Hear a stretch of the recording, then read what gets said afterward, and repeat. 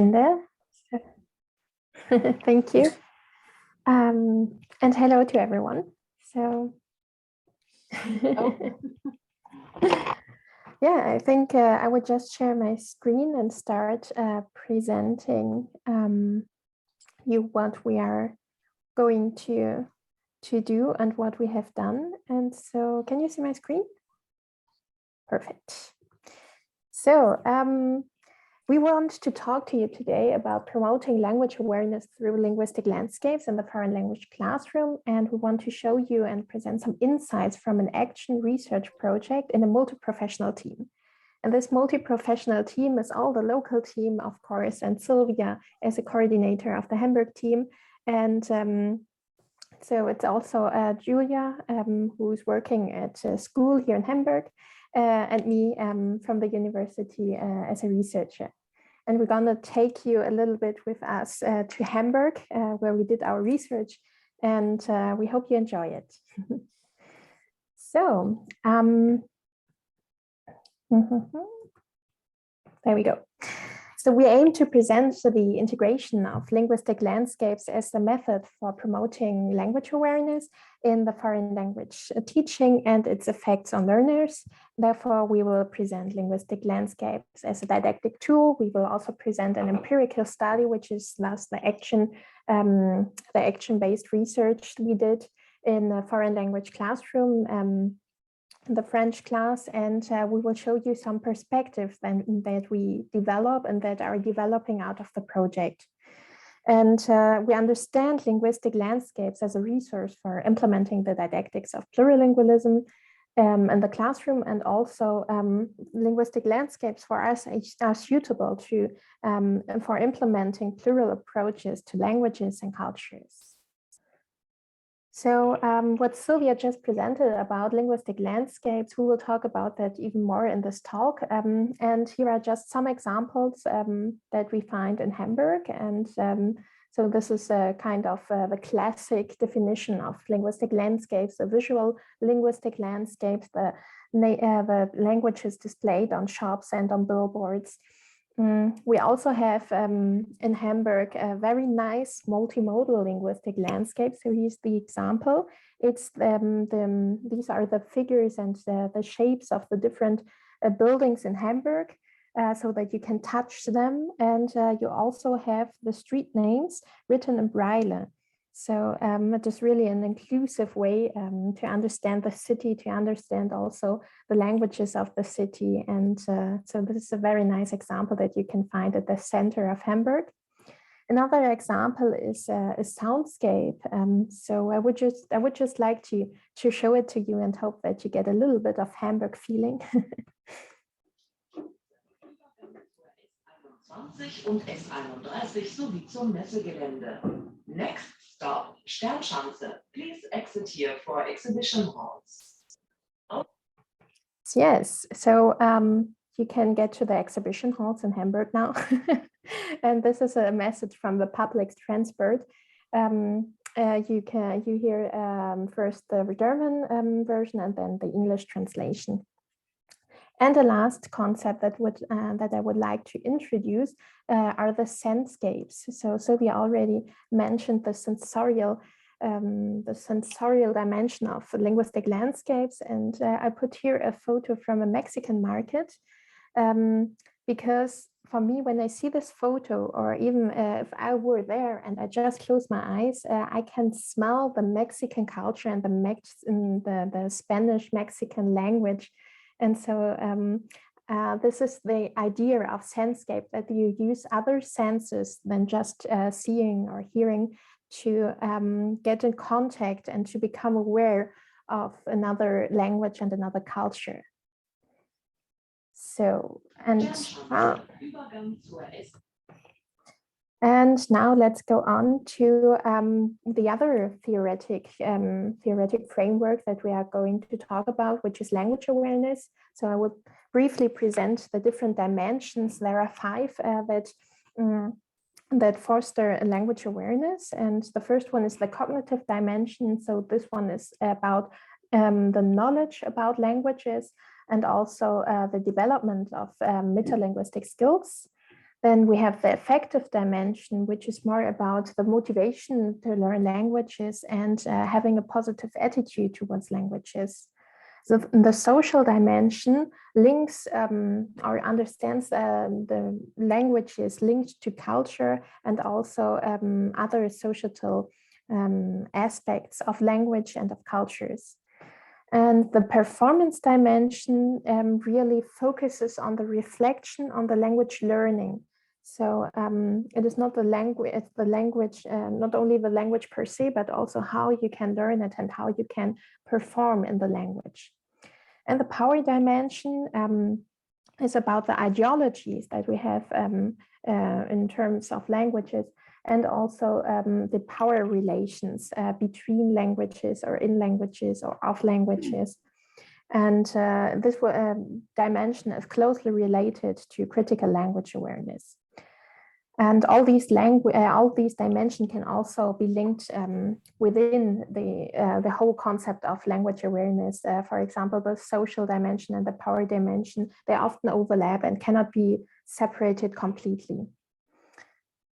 Here is another overview of what will be very important for our talk, because when you work with linguistic landscapes in the classroom, you can have different focuses.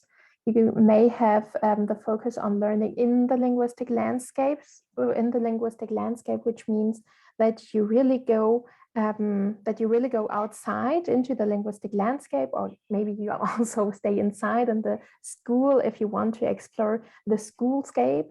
But you can also learn through the linguistic landscapes, which means that you go that you take some photos or other media of the linguistic landscape and you take them to the classroom and you discuss it there.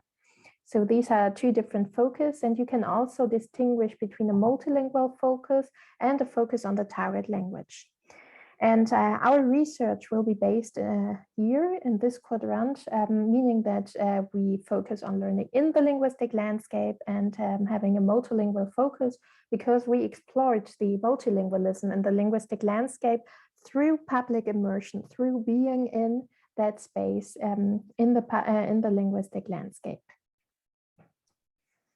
We want to when we did the empirical study, all this was framed by the local project, and what was just presented in the beginning, following the aims and the idea of the local project, and we did a case study, which means that we worked with a case within its real world context, and the research questions that we followed were what does the integration of linguistic landscapes into foreign language teaching in the form of an ethnographic walk, what we call in the form of a balade linguistique, look like, and what dimensions of language awareness are developed through the balade linguistique, through the ethnographic walk. So here you can find again the aims of the project, but I won't go further into it. And now focus on the context of our research. So as I already mentioned, we worked in a multi-professional team. So there was you and Julia teaching the class, and Sylvia and me observing and researching in the students and observing the interactions in the classroom. And we worked with 19 pupils in 6th grade at a grammar school in Hamburg, and they learned French for less than 1 year. And we had 2 phases. The first phase, both phases were of 90 minutes each one, and so in the second phase, we did this balade linguistique, as I told you, and so we will focus on that part. But Julia will talk more about it in detail, and I will just tell you how we are going to present our results and how we researched the language awareness, how the students became aware of languages and of language, And so we will first describe the tasks that we made using categories and categorizing the linguistic landscapes. And then we will we will give an overview of the lesson that we observed, and we will categorize it for the 5 dimensions of language awareness. So we will use the quotes that the student said and the interaction with between teacher and students, and apply them to the 5 dimensions of language awareness. Okay, and now it's my part now. Hello from Hamburg. As Lisa said, we organized our project into 2 parts. The first part consisted in a digital linguistic landscape that we presented in the classroom, just to give you a short idea of what it looked like. This linguistic landscape was a presentation, a digital presentation, which told about a little story of a young girl who takes a walk in her district. It's a district in Hamburg.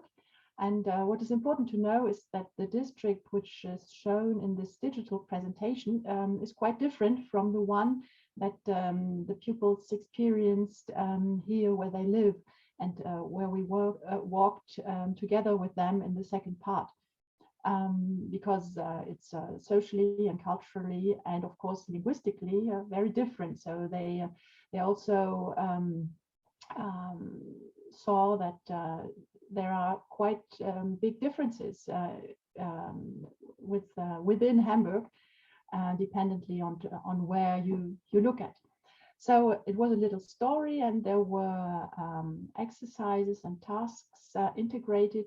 So the pupils were invited to identify to this young girl and to reflect on languages that this little girl saw while she was walking through Hamburg. Due to the pandemic situation, we had to repeat this session for 2 times, because we had to work with a divided group. And I'm saying this because Lisa and I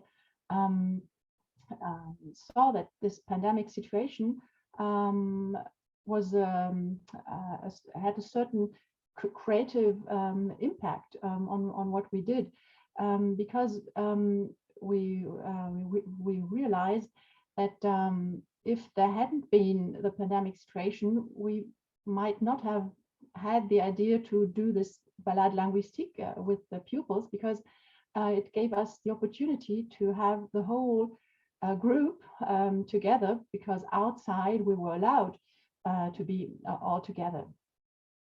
So in the mid of March, we did this first part of our exploration, and then in May we went out with them for our balade linguistique. And I'm going to show you now how we organized and structured this balade linguistique. So we prepared a worksheet which is divided into different parts.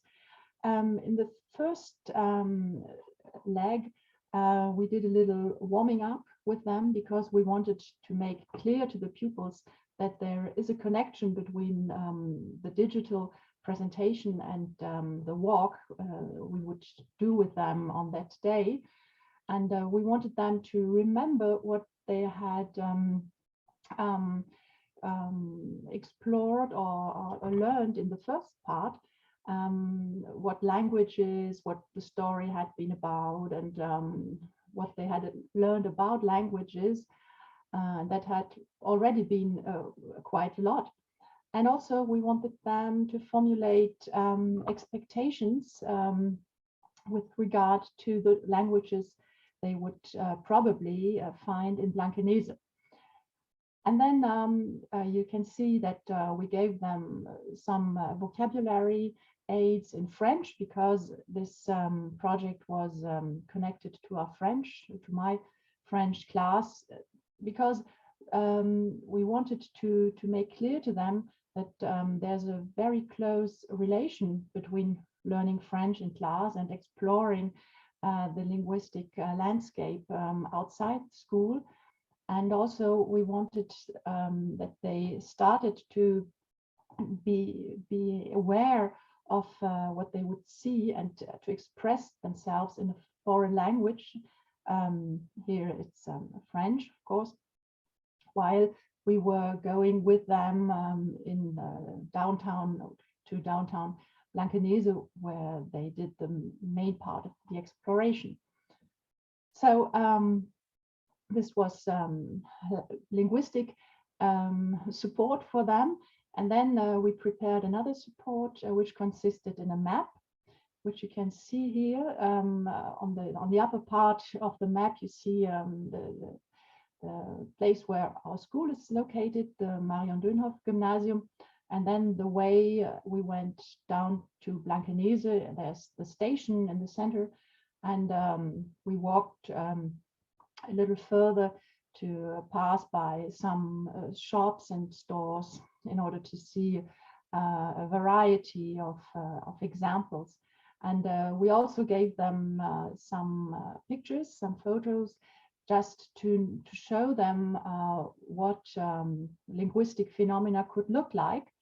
And we tried to find a good balance between helping them and giving them like scaffoldings, and in the same time to let them explore themselves. So there are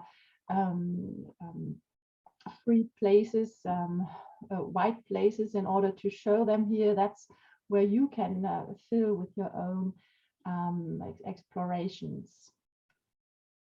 Right.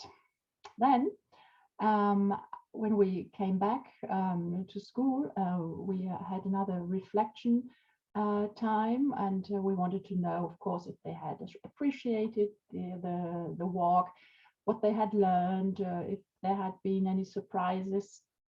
And then finally we asked them to write an email in German, because they wouldn't have been capable to write a rather complex email in French at that time of their language learning. So now I'm going to show you some more concrete examples of what we saw while we went the walk. Yes, here on the in the presentation you could see some of some parts of the dialogue we had in class. Right, maybe yes. I go on there with the pictures. So you can see here the students within the Balade Linguistique. They are sitting here on the left hand and working on the working sheet. They had taken photos, and they're writing down their observations. They are discussing the results, and so the organization of the whole walk was that way, that we walked for a couple of streets together. Then we fixed a meeting point, and we let the pupils go in small groups on their own and discover languages. And then we continued our Balade Linguistique together and fixed another meeting point. Okay, well, then on the next picture, you can see one of the most interesting discoveries. This is inside the station, the local transport station in Blankenese. It's a ticket machine, and on the left hand you see the students as they are looking for informations and languages. And then on the right hand, in the upper part, you see the informations you find on any ticket machine, probably in a large city.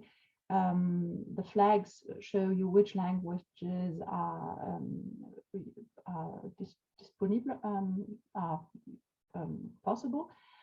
Here you have Spanish, for example, and you also have English, French, Italian, and Turkish. So languages that are spoken by many people who either live in Hamburg or who come to Hamburg for touristic objectives. And then on the ticket machine, there's another sign and another linguistic phenomenon, but it's situated in the lower part of the machine, and there you have a warning from thieves. And here you see German, English, and then you find two other languages which don't figure in the upper part, and the students weren't sure which languages these are, and it's Polish and Romanian. So at this point of the walk, we didn't discuss what the languages, what the function of these languages were, but the students were very interested and noted what they saw. And of course, when we turned back to school afterwards, this was something that had to be discovered and discussed.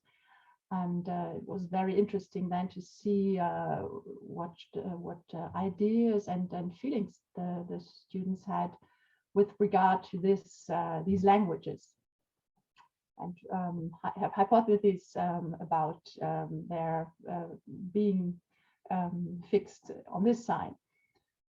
So then we continued, and for example, we saw plenty of gastronomic phenomena. Here you have on the left hand side a menu in front of a Portuguese restaurant, which is written in Portuguese and in German. And on the other hand, on the right side, you have a sign of a famous Hamburgian bakery, which is called Dat Backhuis. And the name Dat Backhuis is in Lower German, so a dialect which is spoken here in northern Germany. And all the titles or the names for the bread you can see there are written in Lower German. But you have to know that for someone who's a native German speaker, it's very easy to read, because it's very similar to High German. But it's a different dialect. Okay, then we continued, and right in front of the station in Blankenese, there is a very nice and large cake shop, or a mixture between a bakery and a cake shop, which is called Maison du Pain. So at least the name is French. And the main part of the products are French. And here you see the names of the products in 3 languages, in German, French, and English. You have, for example, tarte au citron, you have frische Obsttörtchen, and you also have cheesecake. So there's a variety of languages. And here I would like to come back to something that Lisa said before. It's a very good example for Sensescape, because if you enter this Maison du Pain, you smell these very delicious cakes, and the students also had the opportunity to taste some of them, because we bought French macarons for them, because of course we wanted them to make experiences which would be as rich as possible. And afterwards, the students told us that they appreciate it very much. Okay, and then we continued. We passed, for example, next to a perfumery. And of course, perfumeries are shops that are very rich of French language phenomena. You have very nice names, La Vie est Belle, Trésor, Idole, which are very very present in if you walk through the streets. Yes. Then we continued. Here we found something rather funny. We were lucky that on that day there was a market in the center of Blankenese, and here you see the backside of a cheese store. And wir sind schuld an dem Käse means about it's the cheese is our fault, or we are responsible for the cheese. And you see the animals thinking or speaking in 5 different languages.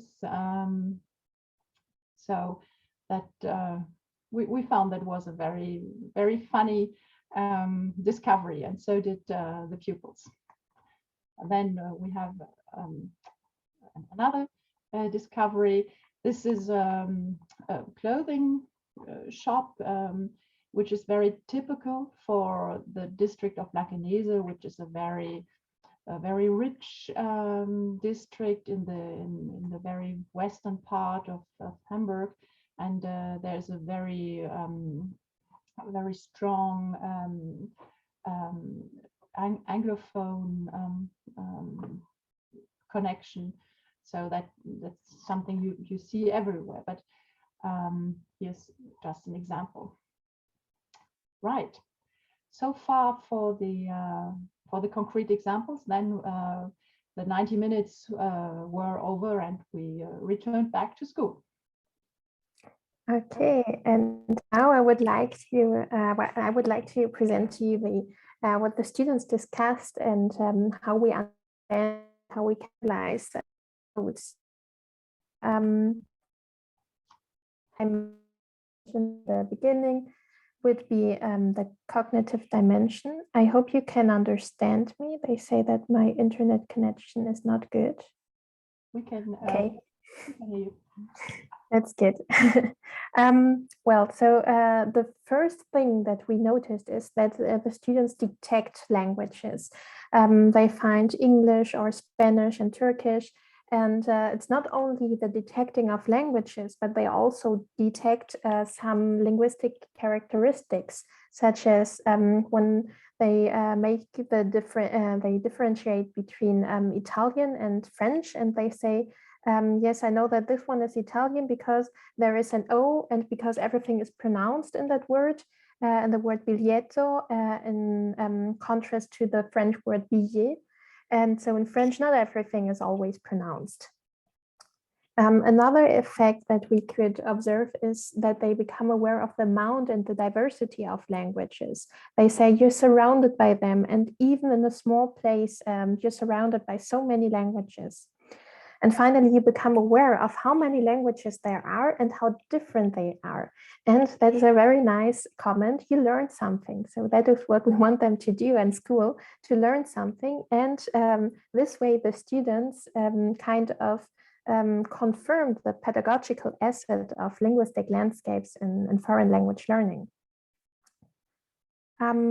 The affective dimension comes out in the way how they evaluated the linguistic landscapes and the ethnographic walk. So this was one of the last tasks they had to do on the working sheet. And they say that learning outside became an aspect to which they refer in an effective manner. They mention it as more fun and more motivating because it was something different.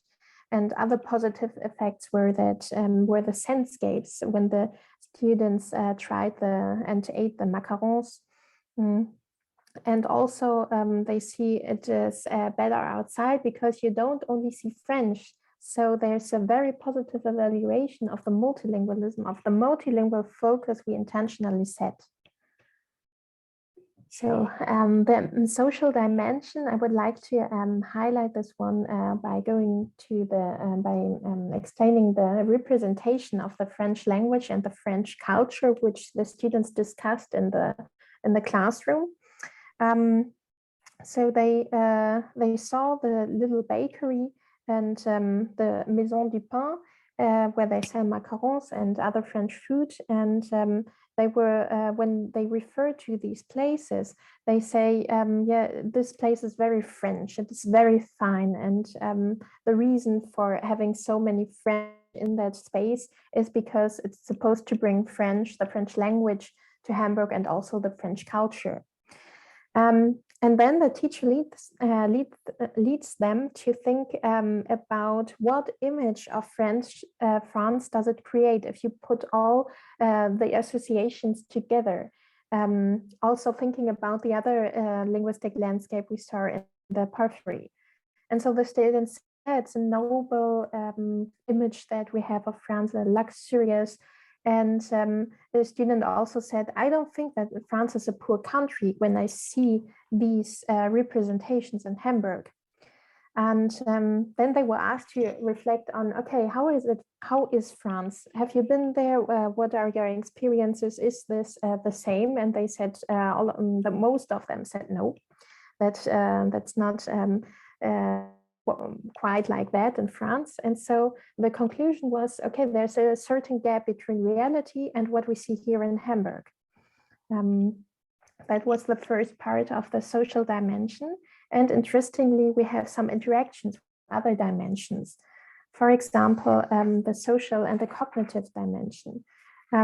Because when the students talk about the representation of multilingualism, one student said, you're surrounded by the languages, and I would have never noticed a Turkish sign before. So he becomes aware that there are different languages, and then he was or she was aware about some languages before, but not all of them. And now he becomes aware of more languages, such as Turkish.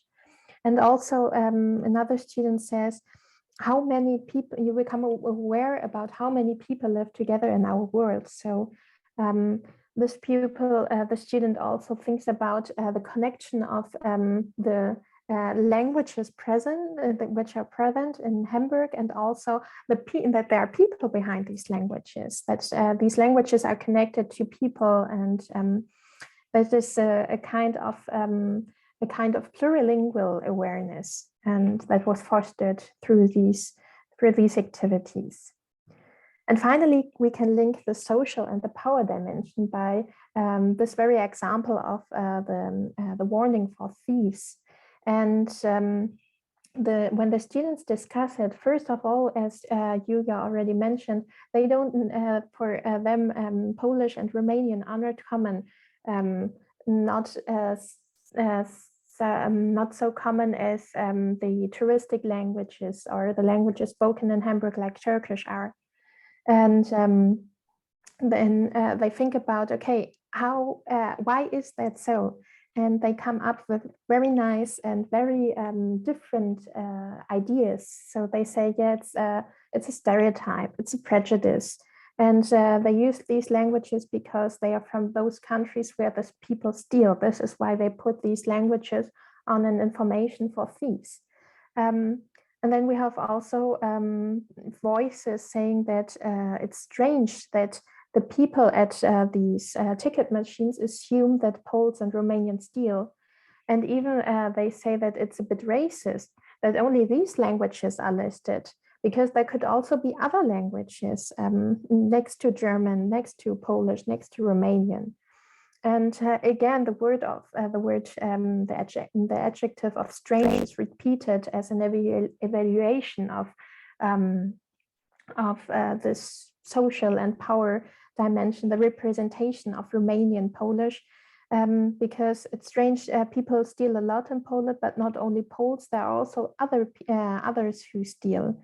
So they really kind of there was really a very interesting discussion. There were many things mentioned, and at the end we didn't come to a straightforward conclusion, but just knowing that, okay, there are so many reasons for the people who put up this ticket machine that are possible, so many hypotheses why they choose Romanian and Polish to address to thieves. Maybe we should say that in the meantime, Lisa and I have been walking through Hamburg another time, and we were looking for these ticket machines with these languages, and we didn't find them. So apparently, between May and January, there had been a changing. I don't know if they have seen that it was indeed racist and couldn't be done. On the one hand, Lisa and I were a little bit disappointed because it was for us or for the students a very interesting thing, and on the other hand, we were happy, of course, to see that there had been a changing language awareness by the politicians or by the responsibles here in Hamburg for the public transport. Exactly. Okay, let's go to the last dimension I would like to present to you. This is the performance dimension, because the students started to, in the middle of the walk, they said, okay, let's address to the people with bonjour, French word for hello. And they addressed it to various people, but no, not all of them answered them. Some said hello, others said bonjour, and others didn't say anything. So for those who didn't answer, the student sounds disappointed. But yeah, it was not only using the language and really performing in the French language, but they were also thinking about, okay, why is that so? And then one student assumes, this tells us that people don't know French in Hamburg. And so they can also become aware of, it is not evident that German people in Hamburg or the people in Hamburg talk French, and that is something that makes them special, and that is a kind of asset of talking French. So finally, we can link. We can see from all these results that the outdoor learning fosters motivation for language learning and the language use, which was very positively evaluated by the students. And there was another positive evaluation that we see in multilingualism, and also in the motivational potential of authentic language materials, such as the Turkish sign that is really there. It was not constructed in the foreign language classroom, but it's really there. And we also see aspects of plurilingual pedagogies, because when the students compare Italian and French, they develop metalinguistic competence. And when they eat the French macarons and thus integrate the gastronomics of the target culture to the classroom, they make intercultural experiences through these soundscapes. And when the students reflect on the representation of the French language and culture, or the Romanian language, the Polish language and culture, they develop a critical language awareness, and they even invest in ratiolinguistic discourse. So these are the main ideas of the language awareness that was developed in the through this learning in the linguistic landscape. If I now come to the conclusions of our project, we could state that all dimensions of language awareness can be indeed promoted using linguistic landscapes. We recognized when we were thinking about the results, that it wasn't always easy to match well what the students said and what their experiences with the dimensions. So sometimes it mixed up. So we probably have to discuss this another time and look about it. And then, as Lisa said, the fact that we were moving together and learning happened while we were moving turned out to be very positive with regard to motivation. And also the authentic context is so much more motivating and helps to remember things you learn compared to what happens in the classroom. Even if you work with very good material, it can maybe not never be as good as real authentic experiences. Then it was important to us that there was indeed room and sufficiently room for the students to explore themselves, not only to do the tasks we asked them, but to be themselves little researchers. And they had a very big motivation in this respect as well. And as I said before, the pandemic situation wasn't only an expedient, what we thought at first when we started, but it turned out to be also sort of an enrichment for both students and teachers. And let me now come to perspectives of our project in our multi-professional team. On the level of research, we are going to compare more closely what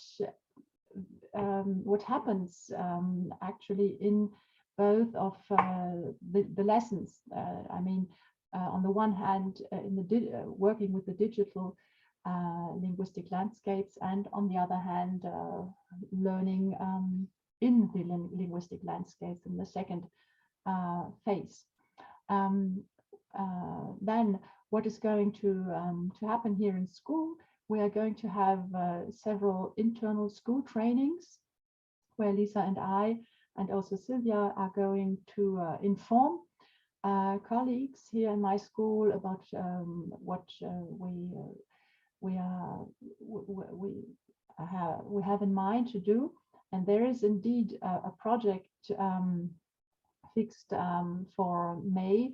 It's a project day, languages in my city, and we are going to apply the concept of linguistic landscape in order to structure this day. So all students of our 6th grade, it's five classes, are going to explore a whole day within Hamburg. We are going to send them in different parts of Hamburg, so they can compare between different districts and make different experiences concerning the presence of languages in different parts of Hamburg.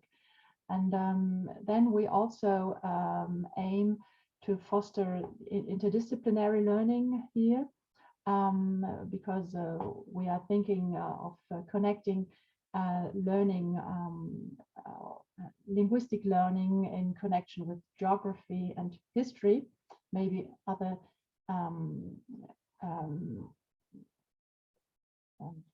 fächer. Subjects. A subject, thank you, as well. And then, with regard to cooperation, we would like to extend our multi-professional team to other colleagues, which are very interested here in my school, and to look for further themes,